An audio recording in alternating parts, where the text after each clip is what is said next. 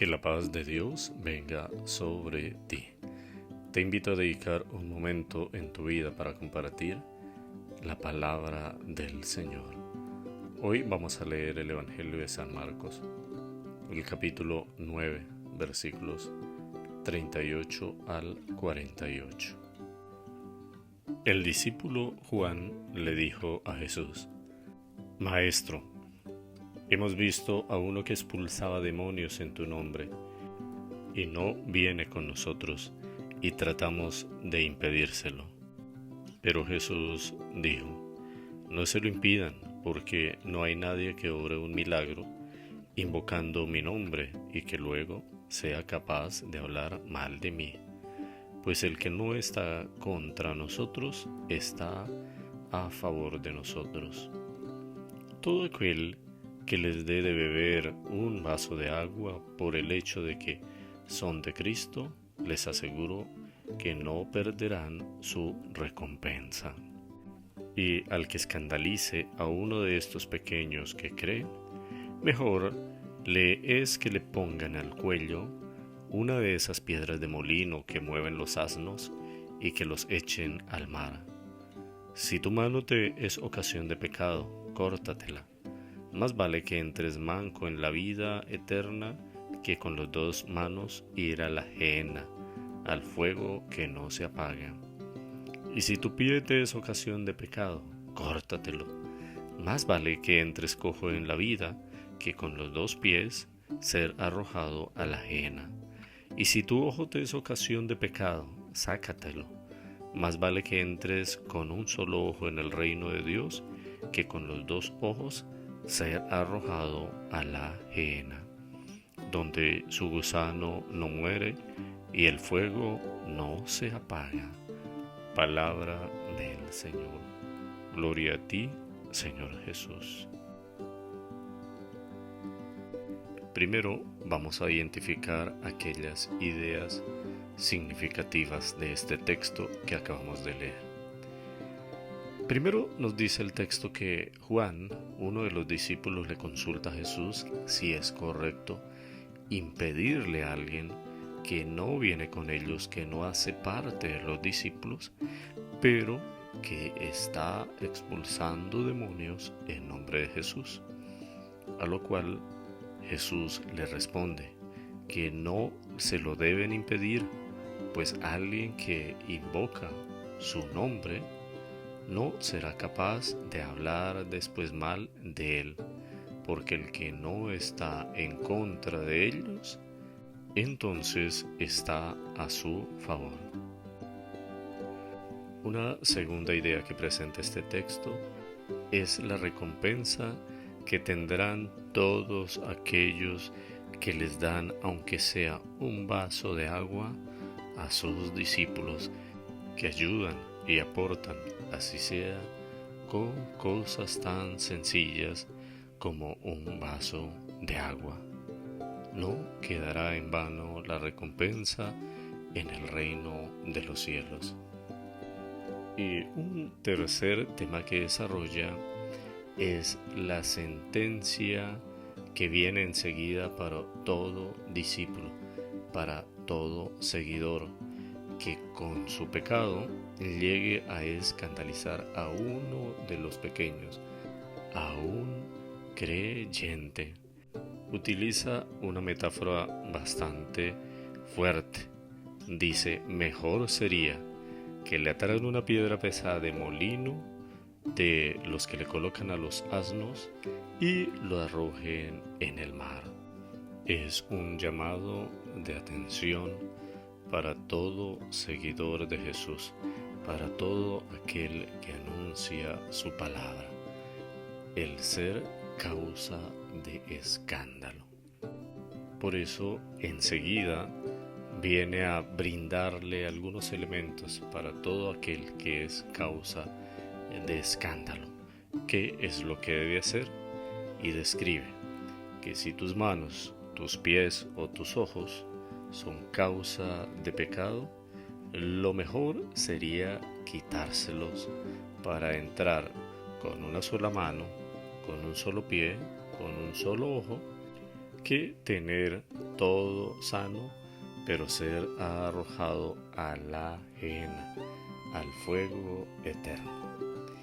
Es obvio que es una metáfora, pues si el texto llegase a asumirse de manera literal, cuántos mancos, cuántos cojos y cuántos tuertos habrían. Por acá no he escuchado a muchas corrientes literalistas que interpretan la Biblia y se la explican a católicos desapercibidos de interpretarla al pie de la letra. ¿Qué sería si esto se tomase tal cual y lo dice? Sería bastante ilógico.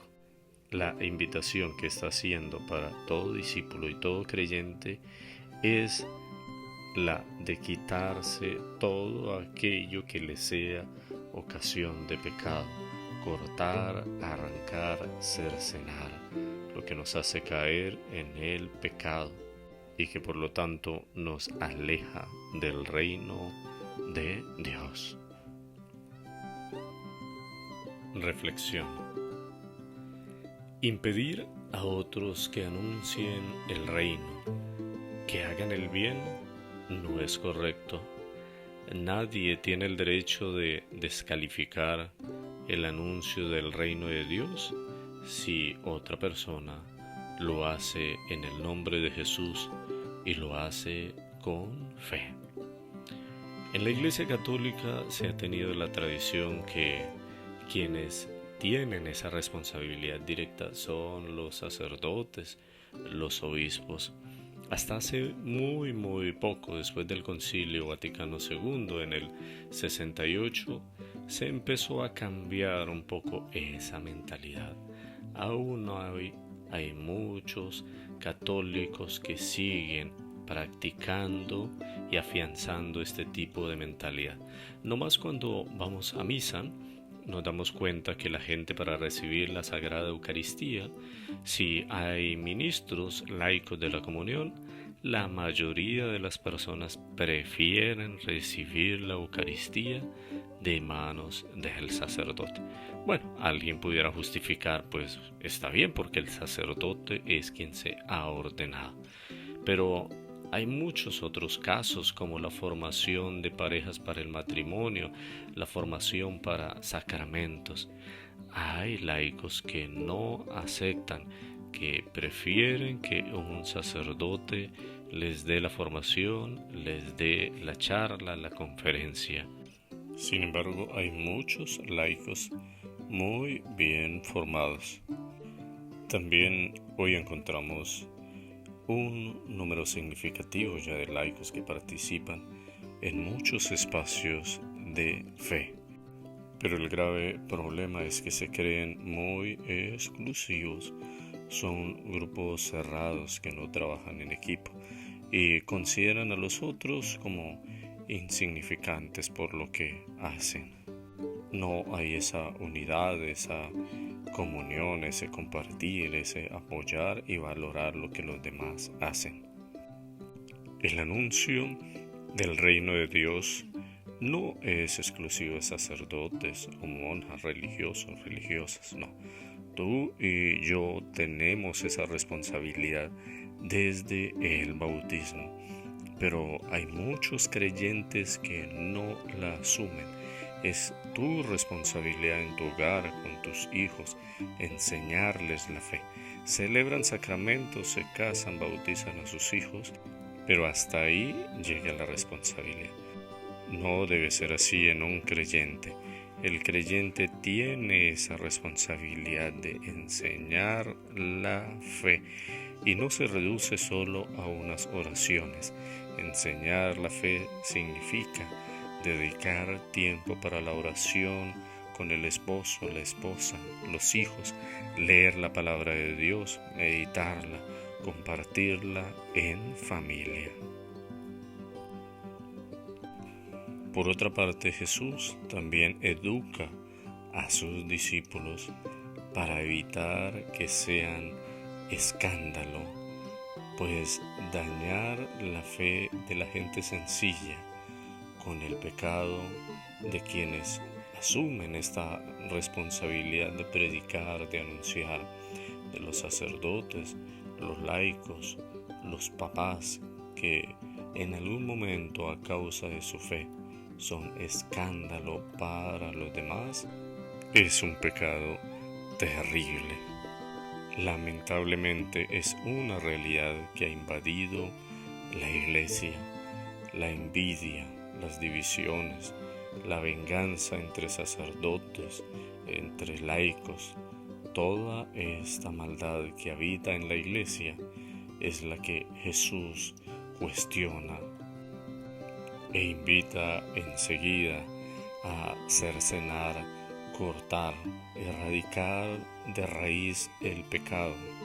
Todo aquello que sea causa de pecado, que no sirva para el reino de Dios, que me aleje de la verdadera fe, que dañe a los demás y me dañe a mí, debo hacer el esfuerzo de sacarlo de mi vida.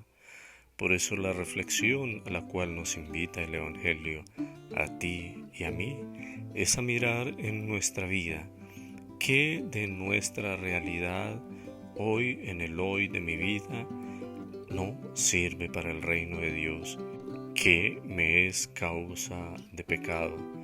Tal vez el egoísmo, la envidia, la enemistad, la venganza, la lujuria. También puede hacer parte de esta lista las redes sociales que nos pueden sumergir en el mundo de la superficialidad, en el mundo de buscar un like, de llamar la atención a costa de lo que sea. Por eso, en actitud de oración, te invito a que le pidas al Señor que te permita ver todo aquello que esté causando pecado en ti, que esté siendo escándalo, piedra de tropiezo, antitestimonio para los demás.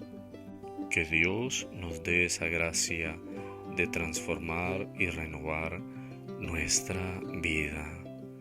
Amén. Te invito a compartir esta reflexión con muchas más personas y a suscribirte a este canal en YouTube.